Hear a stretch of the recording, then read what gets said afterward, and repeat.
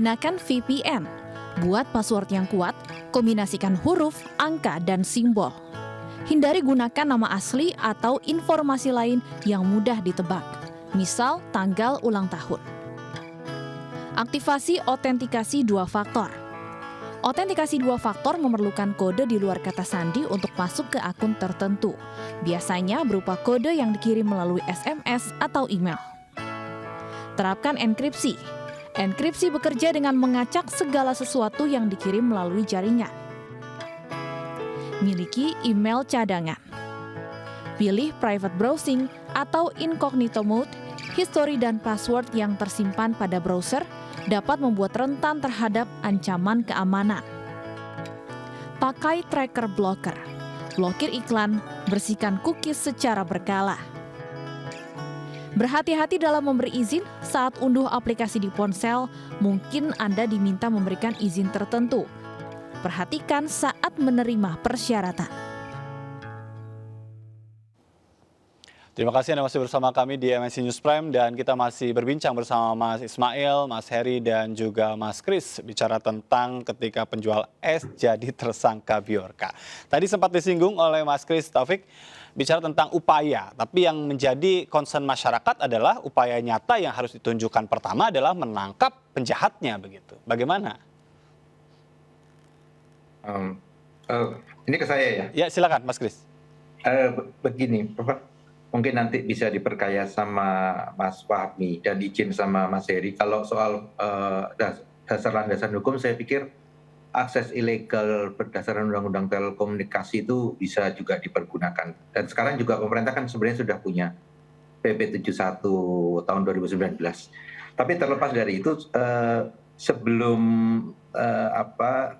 masuk ke sesi ini kan ada tips tadi yang muncul tadi ya. Mungkin nanti Mas Fahmi bisa mengkoreksi kalau ada yang salah. Menurut saya, tips itu tadi tidak terkait dengan yang permasalahan peretasan data. Itu tadi kan tips untuk kita secara pribadi menjaga data kita sendiri. Tetapi kalau yang sekarang terjadi ini kan pasti dari public platform menurut saya, bukan dari pribadi-pribadi. Sehingga yang perlu dilakukan adalah setuju penegakan hukum juga. Penegakan hukum juga, tetapi penegakan hukum dalam bidang security system gitu. Yang acuannya sebenarnya sudah ada yaitu PP 71 di mana ada PSE penyelenggara sistem elektronik itu ada kewajiban-kewajiban yang harus dijalankan. Dan di situ juga melekat hak untuk dilakukan audit sistem. Baik. Nah, itu untuk penegakan hukumnya. Sementara kalau yang dari sisi pidananya saya pikir ya memang harus berjalan juga gitu. Tetapi kalau disuruh memilih prioritas, saya memilih prioritas yang pertama, security sistemnya yang harus ditinjau. Baik, begitu, tapi pada saat PSE ini harus melakukan audit sistemnya begitu kan, tapi juga kan penting begitu bagi negara begitu ya yang harus menguasai semua data digital yang ada begitu. Jadi tidak hanya memasrahkan pada PSE, Pak Kris. Harus menguasai. Saya pikir enggak, Mas. Karena saya pikir enggak. Jadi gini, pertanyaannya kan data kita ini tersebar di banyak pihak, bisa swasta, bisa pemerintah. Iya. Kalau kita berlangganan atau saya jadi nasabah bank, atau saya jadi pelanggan TV berbayar, atau saya jadi pelanggan seluler, data saya kan juga ada pada operator-operator itu. Iya. Data-data itu kan tidak ada kewajiban mereka harus setor juga ke pemerintah.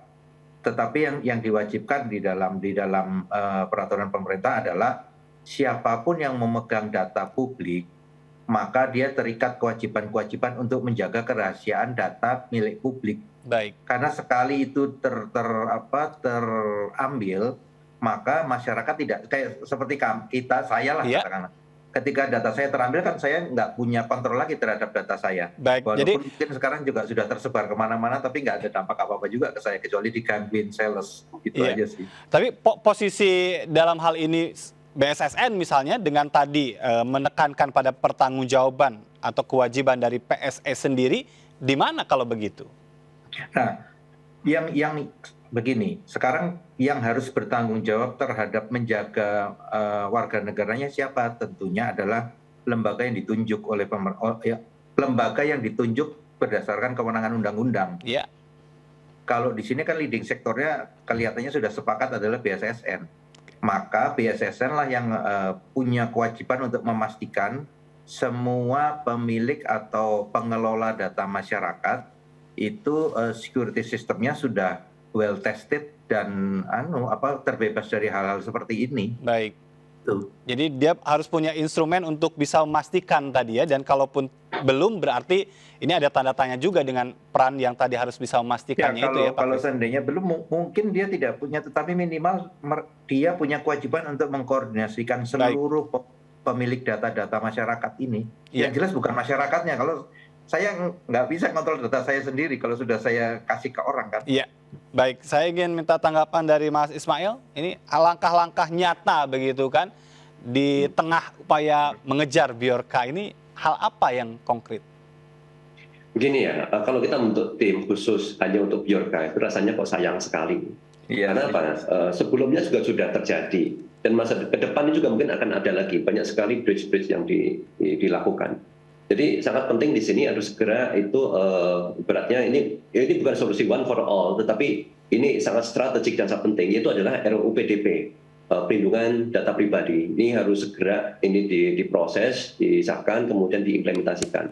Di banyak negara mereka itu punya RUU semacam RUU PDP. Di Singapura itu ada PDPX kayak gitu kan, dan itu dijalankan oleh PDP Commission.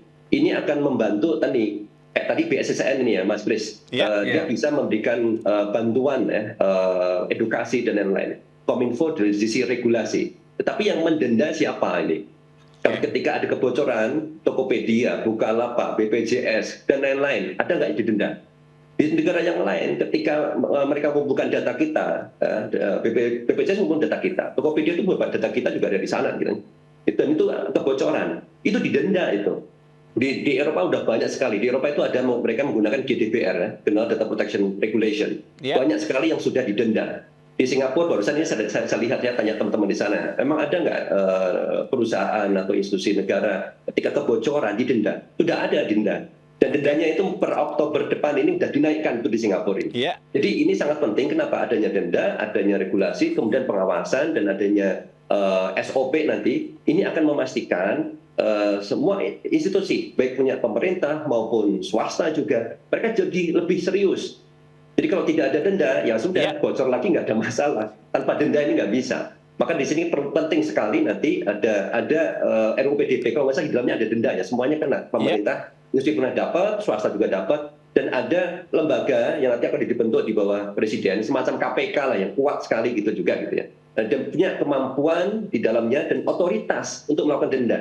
Jangan sampai ini punya pemerintah. Tapi itu sejauh ini hingga hari ini hal-hal tadi itu memang kita tidak miliki ya?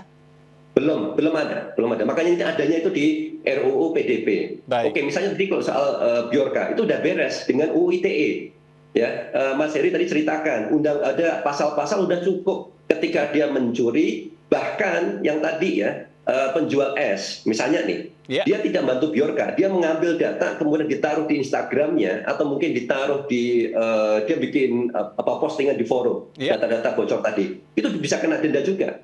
Kenapa dia ikut mentransmisikan informasi atau dokumen yang harusnya tidak boleh ditransmisikan? Udah selesai itu dengan UU ITE. Tapi yang kebocoran ini belum ada kita. Baik, atau mungkin memang pernyataan yang disampaikan oleh pihak kepolisian membantu itu juga dalam konteks tadi ya, hanya lebih ke mengunggah sesuatu yang memang bukan haknya begitu ya?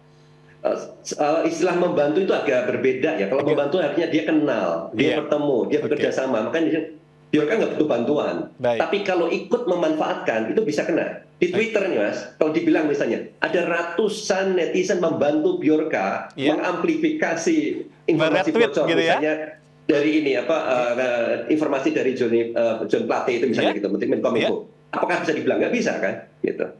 Baik, saya ingin ke Mas Heri. Ya, yang menarik tadi ya, memang kalau kita bicara tentang undang-undang, lagi-lagi menunggu undang-undang yang memang belum diundangkan begitu. Tapi pada saat seorang Bjorka atau tadi ya, orang yang disangkakan sebagai orang yang membantu Bjorka itu ditangkap begitu, bagaimana sebetulnya jeratan hukum adakah begitu kan bagi tadi mereka yang lalai dalam menjaga data masyarakat? Adakah perangkat yang bisa di-challenge begitu untuk sebelum tadi ya undang-undang PDP itu diundangkan? Ya, sebelum saya lupa, izin saya mengomentari juga dua pembicara lain tadi, ada Mas Fahmi, Chris ya. Saya sepakat, intinya ada literasi digital yang perlu dilakukan di sini ya. Ada kewajiban negara untuk melakukan ini sesegera mungkin ya. Sehingga semua bisa memahami informasi ini menjadi informasi yang penting. Sehingga bisa didorong percepatan dalam undang-undang PDP-nya. Untuk dalam hal penegakan hukum, memang perlu juga didorong ini di setiap polda. Di seluruh wilayah Indonesia itu punya katakanlah divisi khusus yang berkaitan dengan hal ini. Berkaitan dengan cyber atau cyber tadi ya. Ini penting juga untuk kita dorong. Kemudian tadi berkaitan dengan hal tadi, memang ya undang-undang PDP yang kita tunggu ini, pasal 67 dan 70 itu membedakan pertanggungjawaban hukum pidana yang diberikan kepada individu dan korporasi. Nah, menariknya korporasi mulai dijerat di situ. Sama seperti undang-undang tindak pidana korupsi kan yang paling sulit itu kan membuktikan korporasinya. Kalau mens rea dalam konteks kejahatan individu sangat mudah sekali gitu ya. Nah, ini penting adalah menarik korporasi tadi. Kalau kita bicara denda, tadi Mas Fahmi bicara denda ya. Dendanya itu bahkan di 10 kali lipat kan kalau saya nggak salah di undang-undang. Tapi untuk hari ini apakah challenge aturan perundang-undangan memungkinkan begitu untuk melakukan penuntutan? Mungkin ada sebagian masyarakat yang merasa terganggu begitu kan, walaupun kita lihat ya beberapa pejabat juga tidak mempermasalahkan tuh datanya diumbar di Twitter itu.